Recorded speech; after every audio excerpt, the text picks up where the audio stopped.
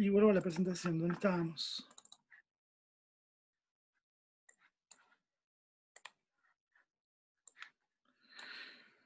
Ahí está.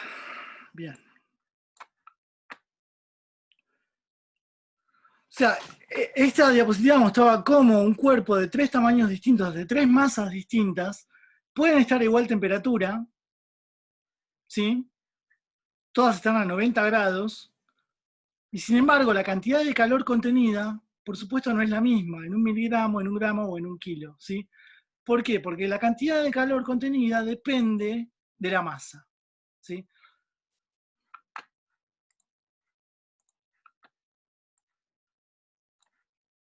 Cuando hablamos de unidades de temperatura, hablamos, digamos, de diferentes escalas. Podría ser la escala Celsius, Fahrenheit, o absoluta, o Kelvin.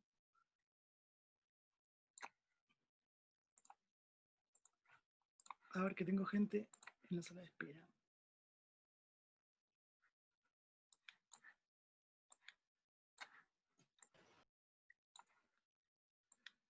Estas escalas tienen diferentes unidades de medición. Cada unidad no vale lo mismo si estoy hablando entre Celsius y Fahrenheit. O sea, lo que estoy diciendo es que un cambio de un grado Celsius o centígrado, digamos, implica una transferencia de calor que no es equivalente, no es igual para un cambio en un grado Fahrenheit, ¿sí? O sea, un grado Celsius no es equivalente, termodinámicamente hablando, en cantidad de calor, equivalente a un cambio de un grado en la escala Fahrenheit. Un cambio en un grado Celsius sí es equivalente en cuanto a cantidad de calor a un cambio de un grado en la, unidad, en la escala Kelvin, digamos. Pasar de 0 a 1 grado implica una transferencia de calor que es exactamente igual a pasar de 273 a 274 Kelvin, ¿sí? La escala Celsius va de 0 a 100. 0 es un límite definido, arbitrario en realidad, o sea, para armar esta escala, que tiene en cuenta la temperatura de fusión o de congelación del agua. 100 tiene en cuenta la temperatura de evaporación, ebullición o condensación del agua. O sea, acá tenemos los dos cambios de estado que sufre el agua. Con esto se arma un piso y un techo de la escala Celsius. Por supuesto, esto sigue para abajo, bajo cero, y esto sigue para arriba, hasta temperaturas críticas, digamos. Luego, la escala absoluta o Kelvin es exactamente equivalente. Lo único que ahora mi 0 es 273 y mi 100 son 373, ¿sí? 273 más 100 me da 373, así que son exactamente equivalentes. Lo que pasa es que le pongo a los puntos de cambio de estado del agua diferente valoración numérica. Estoy comparando Celsius versus Kelvin, ¿sí? ¿Sabes que tengo una duda que siempre tuve y me da mucha gracia esta duda? ¿Por qué existen tantas escalas de temperatura? No sé, la verdad. O sea, yo la verdad ¿Por que... qué no nos ponemos de acuerdo en una mundial? Como hay un montón de consenso científico en eso. Muy buena pregunta. Lamento no poder ayudarte. Sería un gol, sí, porque permitiría, no solo para nosotros para estudiarlo sea más simple, sino para armar constantes físicas, constantes termodinámicas, dimensionar tecnología, armar nuevos motores, dispositivos. Realmente sería... No quiero que sea no quiero que parezca un comentario de odio, pero es Estados Unidos que no quiere abandonar el sistema métrico.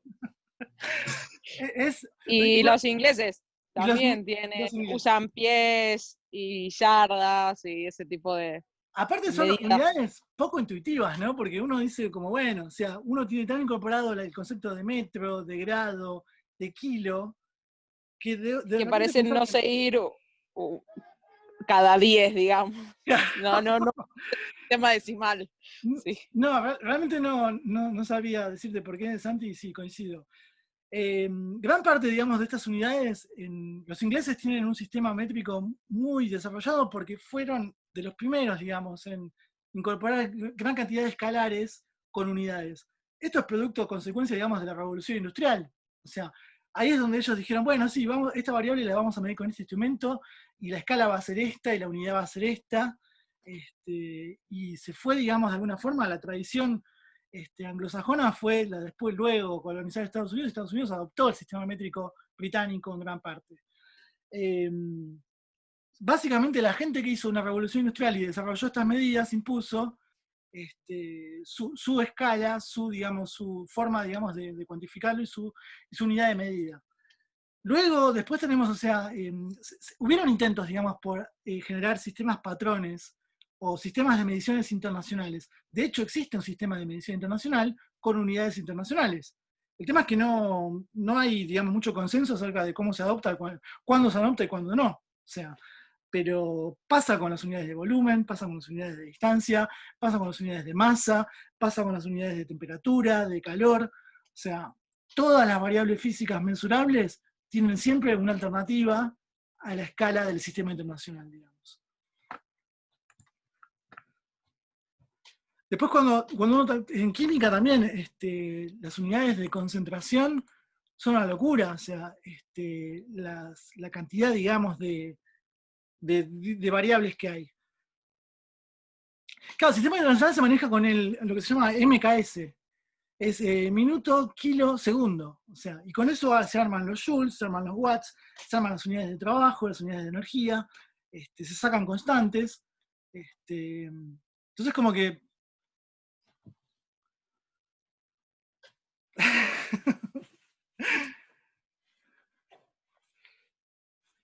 Sí, Kelvin es la unidad, digamos, de temperatura, es la unidad que se usa en todas en las fórmulas constantes, se usa el Kelvin, ¿sí?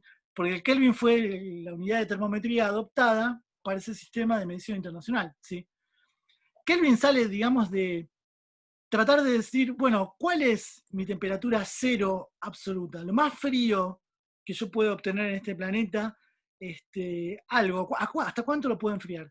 Y lo puedo enfriar hasta menos 273. Entonces, 0 Kelvin es menos 273 grados centígrados. ¿Sí? Eso es un cuerpo súper enfriado, digamos. Entonces, la escala Kelvin arranca en menos 273. Cuando llega a 0, digamos, centígrados, a 0 centígrados, Kelvin ya va por 273. ¿Sí? Ahí está, digamos, o sea, ¿por qué Kelvin mide 273 como 0 y 373 como 100?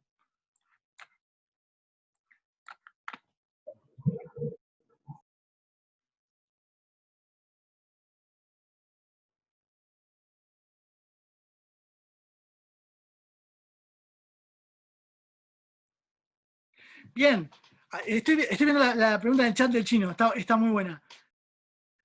A ver, hablamos de que la temperatura es una medición de la energía cinética del movimiento de las moléculas. Perfecto. Las moléculas, para que tengan energía cinética, o sea, tienen energía cinética los fluidos, los líquidos, los gases, los que tienen las moléculas libres, y chocan todo el tiempo y generan esa energía cinética. Un sólido en una red cristalina que tiene sus moléculas que lo conforman unidas entre sí, juntas, pegadas, por decirlo de alguna manera, también tiene energía cinética. ¿Por qué? Porque los electrones están en movimiento, porque los enlaces que forman las uniones entre esas moléculas y átomos tienen variaciones y genera, digamos, una especie de vibración continua en ese sólido. Entonces, ese cuerpo sólido, aunque sus moléculas estén rígidas en una red cristalina, igual tiene energía cinética, ¿sí? Si tiene energía cinética, tiene temperatura, ¿sí? Nosotros podemos medir la temperatura, por ejemplo, de un sólido, de una barra de metal, de una roca, de nuestro cuerpo, de las partes sólidas, digamos. O sea, no necesariamente las moléculas están libres y están chocando entre sí, formando energía cinética. La energía cinética, además, en los sólidos también está presente en la vibración de los enlaces, las variaciones en la posición que tienen esos átomos en esa red cristalina. Entonces, tenemos que pensar, digamos, como que existe temperatura, aunque no haya movimiento libre de las moléculas, porque hay energía cinética en los sólidos también.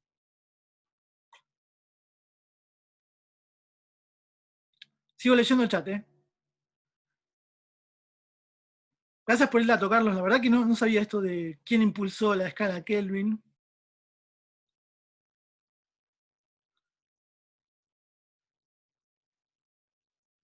No me acuerdo, Chino, cuando hablamos de esto. ¿Qué escala te mencioné?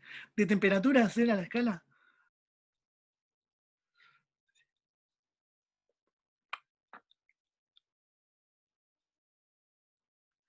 Sí, los electrones están siempre en movimiento y eso mantiene, digamos, la unión entre los enlaces.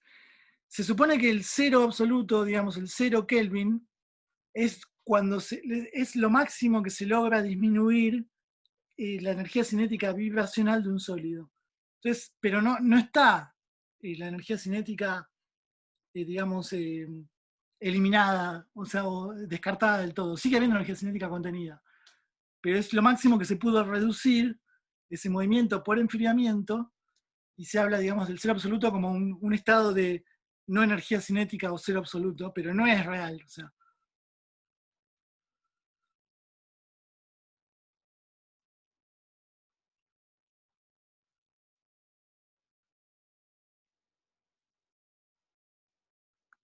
Bien, bien. Buenísimo, buenísimo, buenísimo. Bien, sigo entonces. Bueno, acá tenía el gráfico para explicar lo que estaba explicando sin un gráfico. Celsius versus Kelvin son fácilmente comparables porque digamos, las rayitas en este termómetro Celsius, en este termómetro de Kelvin, están en la misma posición. Lo único que cambia es el número que le pusieron a cada una de esas rayitas. ¿Sí?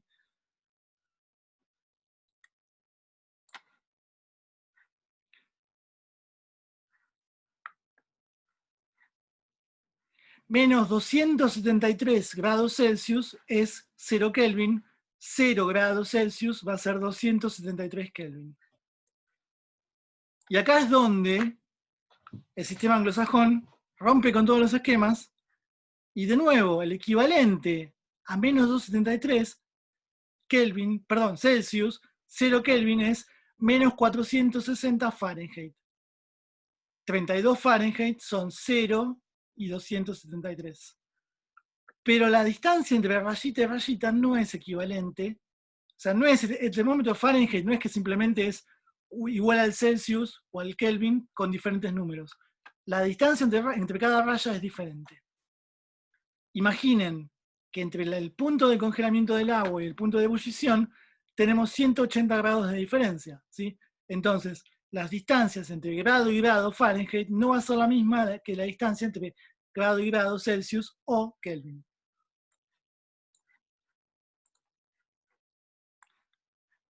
Luego hay fórmulas para convertir de una escala a la otra, ¿sí? Si yo tengo 10 grados centígrados y quiero saber esos 10 Celsius centígrados cuántos Fahrenheit son, uso esta fórmula, 10 por 9 dividido 5 más 32. Y esto me da 50 grados Fahrenheit. 10 grados centígrados son 50 Fahrenheit.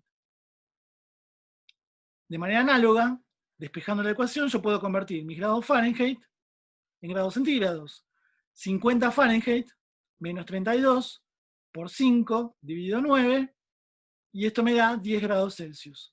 Esta ecuación yo le meto Celsius y me escupe Fahrenheit, esta ecuación yo le meto Fahrenheit y me tira Celsius.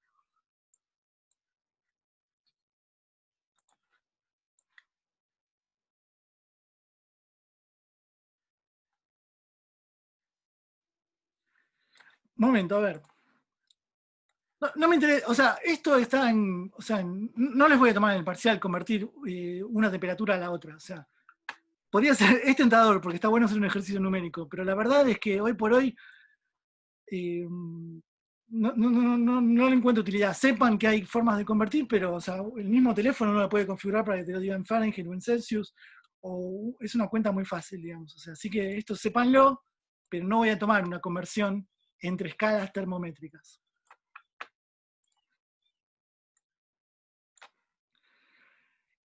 Luego, hablamos de dos tipos de calores muy importantes, el calor sensible y el calor latente.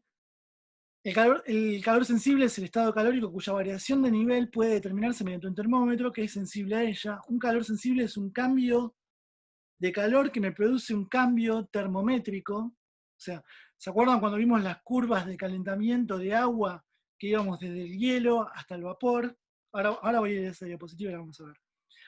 Y el calor latente es calor que se agrega o se sustrae a un sistema o a una sustancia, no produce cambio de temperatura, pero se producen cambios de estado, ¿sí? El calor latente es el calor que se intercambia cuando algo está cambiando de estado. El calor sensible es el calor que se intercambia cuando algo cambia de temperatura. Esta es la curva de calentamiento. Yo parto desde una masa de hielo a menos 20 grados centígrados. Lo que voy haciendo es ir añadiéndole calor, le voy entregando calor al sistema. En X tengo mis temperaturas. No, perdón.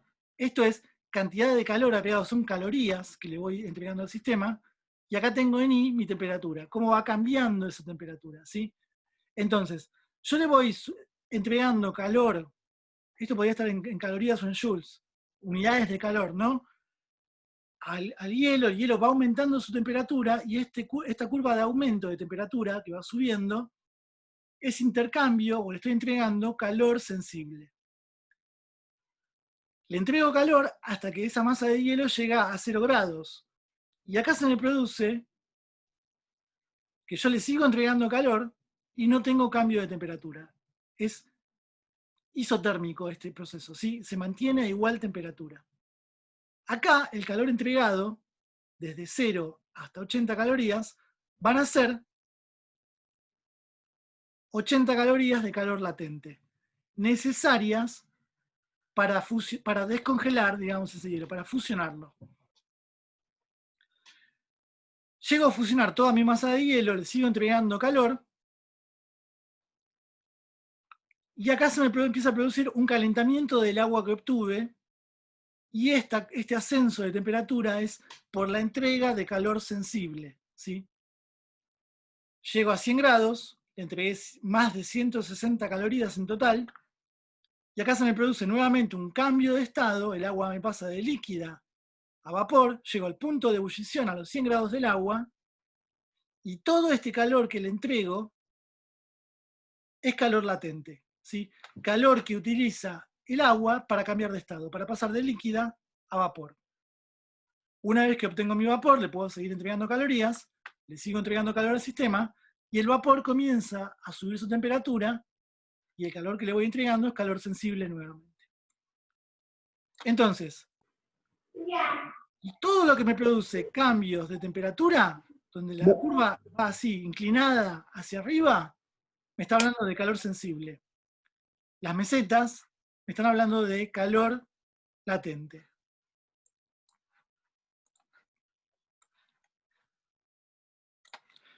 Esto ya lo vimos. O sea, esta diapositiva se repite, digamos. Bueno, rascate el higo.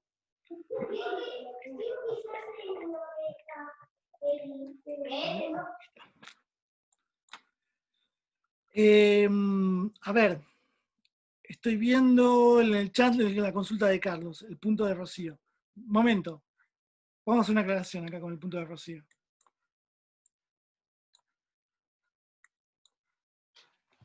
O sea,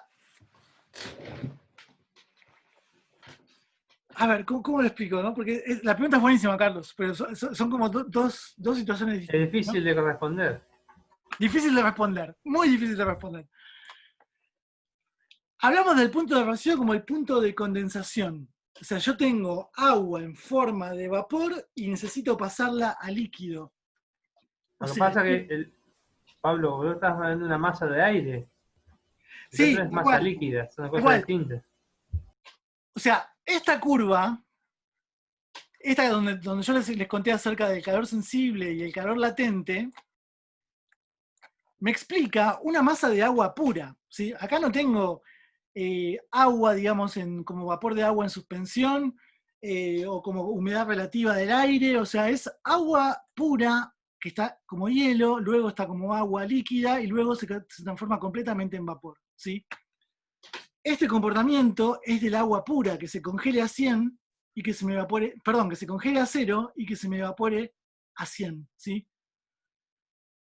Ahora, cuando yo tengo un fenómeno, digamos, de evaporación o de condensación en un medio gaseoso, en la atmósfera, en la mezcla de aire, ahí tengo dos fenómenos, ¿no? Uno es la evaporación, cuando el agua que está contenida en la atmósfera pasa de líquido a gas, y luego la condensación, que era cuando el agua contenida en el aire se me convierte en agua líquida nuevamente y me produce las precipitaciones, o en primera instancia me forma nubes, ¿sí? Esa agua atmosférica contenida en el aire, en una proporción que me va a dar la humedad relativa, no se comporta como el agua pura, porque no es agua pura, está en una mezcla gaseosa, ¿sí? Entonces, ¿es el punto de rocío exactamente equivalente al punto de ebullición? Y no, porque no es agua pura lo que tenemos en la atmósfera, ¿sí? Es, digamos, agua contenida en una masa gaseosa, ¿sí? Entonces, esta curva corresponde al comportamiento del agua pura y estoy solamente trabajando con agua, le estoy entregando calor al agua nada más. Cuando yo hablo de fenómenos de evaporación, condensación de agua en la atmósfera, el punto de rocío, el punto de congelación cuando se me produce la helada, si bien acá, por ejemplo, y ahora que lo mencioné también es otra aclaración, este pasaje, digamos, de condensación de agua de vapor contenido en la atmósfera, en aire, digamos, a agua líquida como precipitaciones o como nubes, no va a ser a 100 grados. De hecho, 100 grados en la atmósfera no es muy común, o sea, era para las capas superiores. O sea, no va a pasar, digamos, esto. O sea, entonces yo tengo condensación a más bajas temperaturas. De hecho, para que el agua se condense, en el aire, el agua contenida como vapor de agua, yo necesito que se produzca un descenso de temperatura, ¿se acuerdan que dijimos? O sea, si se enfría la atmósfera, el agua se me condensa. Pero esa agua no está siguiendo este comportamiento del agua pura. Es agua atmosférica, digamos. Luego, pero está buenísimo, Carlos, esto, es muy importante entenderlo, ¿no? Pablo, la matriz ahí es gaseosa, eso tenemos que tener en cuenta. En el aire la matriz es gaseosa y la otra matriz es líquida. Exacto. Y ahora, por ejemplo, si sigo, digamos, el agua pensemos en la atmósfera, ¿no? El agua la tengo como vapor, como humedad relativa. Se me produce un descenso de temperatura. Esto tiene que ver con todo lo que vamos a ver un poquito después en el repaso. Se produce la condensación, se me forman nubes, hay núcleos de condensación. Se produce de nuevo otro descenso de temperatura y se me produce la precipitación. Esa agua cae a la superficie como agua líquida. Y ahora sí ya no tengo mucho, ya no me importa mucho si el aire, dónde está el aire, porque el agua está líquida de nuevo, y es agua pura, ¿sí? Entonces, si me llega a la superficie, y en superficie estamos a muy baja temperatura, esa agua sí se me va a congelar, ¿sí? O sea, o puede pasar, digamos, el fenómeno que veíamos el otro día, que yo tengo, digamos, condensación, se me forma rocío, y además tengo inversión térmica que me produce un descenso por debajo de cero y se me está produciendo una helada. El agua líquida, condensada, luego de pasar su punto de rocío, sí se congela a 0 grados. Entonces me vas a decir, pero bueno, o sea, entonces los fenómenos atmosféricos, a veces el agua se comporta siguiendo otra curva y a veces no. Y sí, pasa eso. El agua, como vapor de agua contenida en el aire, no se condensa a 100 grados. Puede condensarse a baja temperatura. Y luego, cuando precipita en forma líquida, ahí sí se comporta como agua pura, y si se me produce una helada a menos de 0 grados, se me congela y tengo una helada.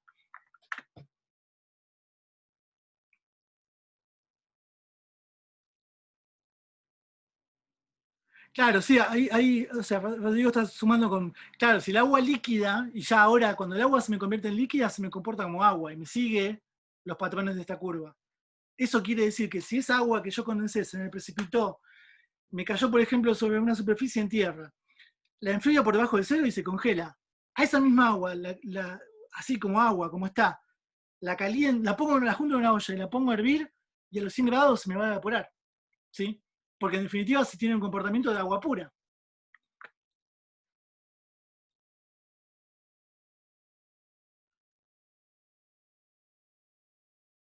Sí.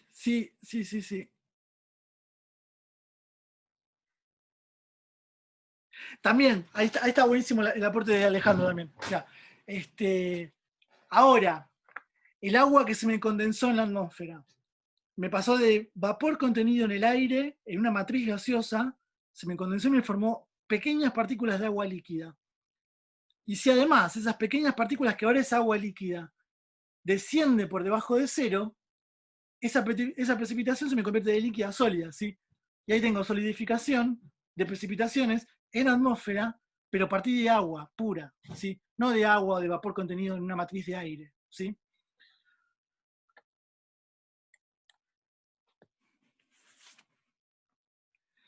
El anticongelante de los autos, está planteando el chino. A ver.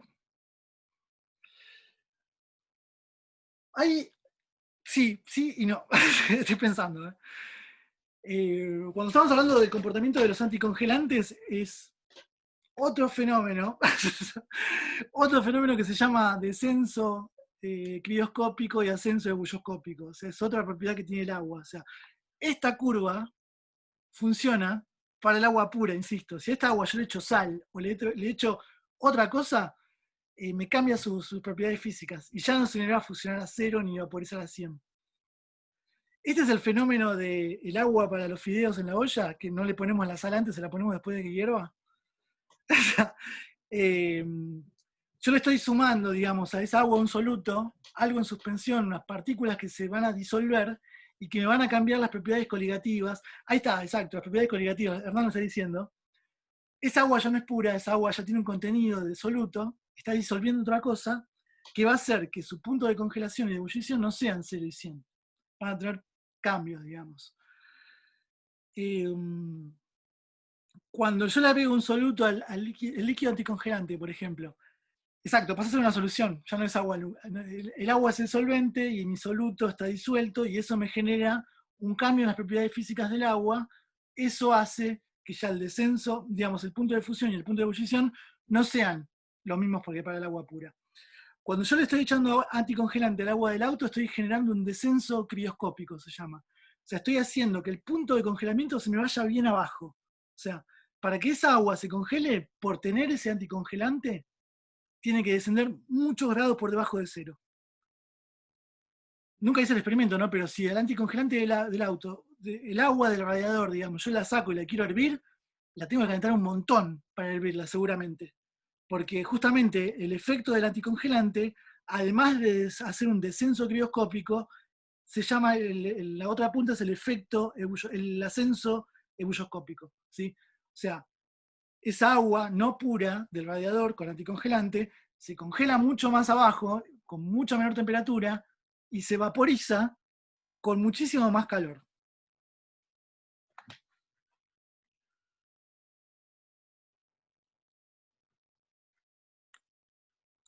No importa, esto escapa, digamos, a lo que les quería contar. O sea, esta curva es, para entender cuándo es calor sensible y cuándo es calor latente, esta curva está hecha para agua pura. Agua pura, sólida, líquida, gaseosa. En la atmósfera, no quiere decir que para yo convertir una nube en lluvia, necesito que la temperatura del aire esté a 100 grados.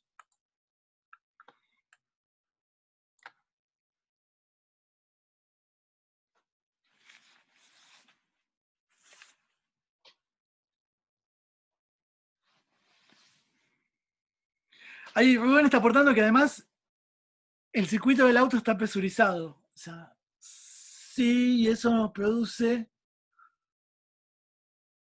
también contribuye a que el punto de congelación se baje y el de ebullición se mantenga bajo. No sé, había que pensarlo. Tendría que mirarlo un poquito, porque no me quiero meter en un berenjenal con el tema del sistema de circulación y de refrigeración de un auto. Pero la estamos complicando, porque estamos, o sea, ya no es agua pura, es agua con anticongelante. Y todo lo que pasa en ese sistema de circulación tiene propiedades físicas distintas con respecto al calor y a la temperatura por efecto del anticongelante.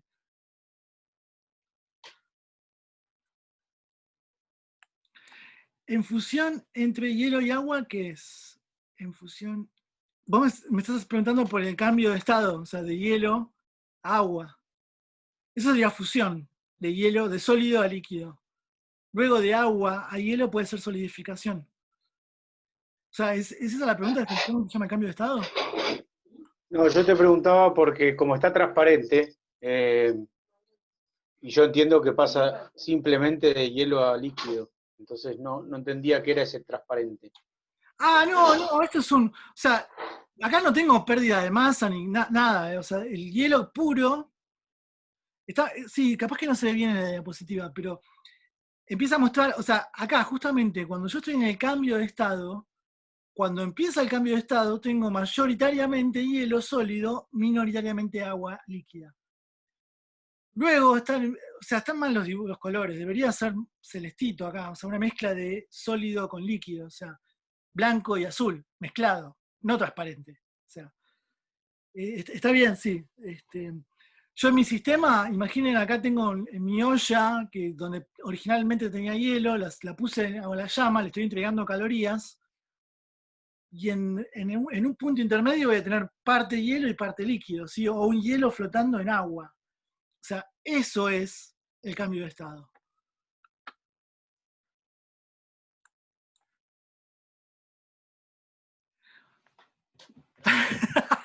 Con tapa o sin tapa. Mirá, estrictamente hablando debería ser con tapa, porque yo no debo perder masa, ¿sí? Entonces, no debería haber evaporación atmosférica, por ejemplo. O sea, entonces, estas curvas de calentamiento, de calor latente y sensible, se hacen con masa constante. O sea, entonces yo no debo perder nada por evaporación. O sea, si yo lo dejo destapado, una fracción de hielo va a pasar al aire, digamos, por evaporación. Claro, exactamente. Son condiciones, digamos, es un sistema cerrado. O sea, que intercambia calor, pero no intercambia masa. ¿Se acuerdan cuando hablamos del sistema aislado, abierto, cerrado? El aislado era un sistema que no intercambiaba ni calor ni materia. Este sistema intercambia calor, o sea, porque uno lo está calentando, le está entregando calorías, en definitiva está intercambiando calor, pero no hay cambio de masa, porque el agua, los mismos gramos de hielo son los mismos gramos de agua, y luego van a ser los mismos gramos de vapor, si yo los pudiera capturar, digamos. O sea, es un sistema cerrado.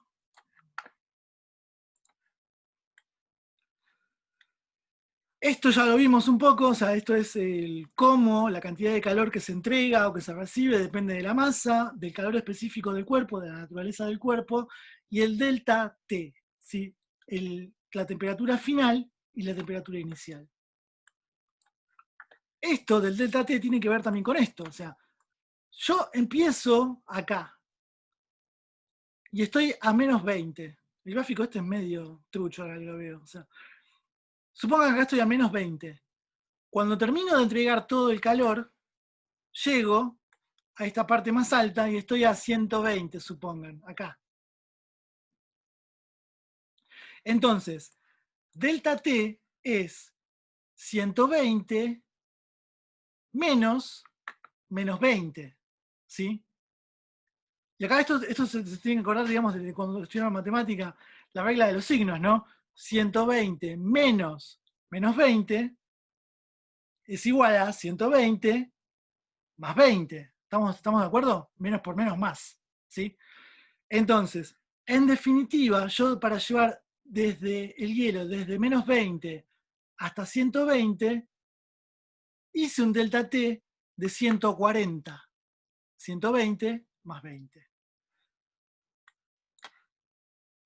Entonces, esa diferencia de temperatura entre final e inicial fue posible a un intercambio de calor que va desde 0 hasta 720 calorías. Ahora, si yo midiera lo mismo ahora, pero estoy de menos 20 hasta 80, hasta acá, mi delta T es de 80 menos 20. Temperatura final, 80, menos temperatura inicial, menos 20. 80 menos 20, de nuevo es 80 más 20. 100. Quiere decir que desde que empecé hasta que llegué a 80, la diferencia de temperatura fue de 100 grados. Y para obtener esa diferencia de temperatura, yo tuve que entregarle al sistema 160 calorías. A eso me refiero con que la cantidad de calor entregada o absorbida por el sistema, en este caso, va a depender de delta T, ¿sí? De la diferencia entre la temperatura final con la temperatura inicial.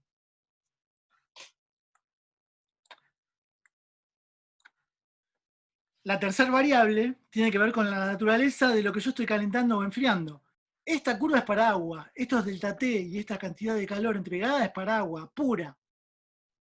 Si yo estuviera haciendo una curva, por ejemplo, no sé, para otro líquido, supongan, no sé, una mezcla de agua no pura, ya me cambian los valores, o sea, el hielo mezclado con sal puede estar a otra temperatura, el hielo, digamos, con el agua contenido sal tiene otro punto de ebullición, ya los delta T van a ser diferentes y también me cambia la cantidad de calor que necesito intercambiar, ¿sí?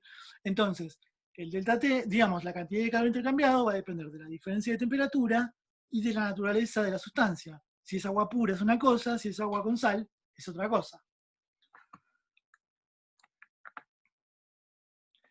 Bien. Esto es un poco lo que estoy diciendo ahí, ¿no? Entonces, en definitiva, la ecuación que usa la termodinámica para ver cuánto calor se intercambia es el calor específico de la sustancia que yo estoy calentando, por ejemplo, el agua pura, por la masa, porque dijimos que la cantidad de calor que se intercambia depende de la masa, no es lo mismo 1 mililitro de agua que 1 litro de agua, no es lo mismo hervir o evaporar 1 mililitro de agua que 1 litro de agua, a eso voy, que la cantidad de calor necesario es masa dependiente. Y por último, también depende de cuál es mi temperatura final y mi temperatura inicial. ¿Dónde parto y hasta dónde llego con la temperatura de ese cuerpo a la que yo le estoy entregando calor? Chicos, menos de un minuto y estamos. Seguimos el viernes con este repaso, o sea, voy a ir un poquito más rápido. Estas cosas, o sea, son importantes, pero no son tan de la materia, y lo van a volver a ver con Juan Manuel, y si quedan dudas, por supuesto, me preguntan. Ármense una lista de consultas, el viernes seguimos. Mi intención el viernes es poder hacer el repaso de la clase 3 y 4, o sea, radiación solar 1 y radiación solar 2. Con eso estaría, pero sumamente satisfecho.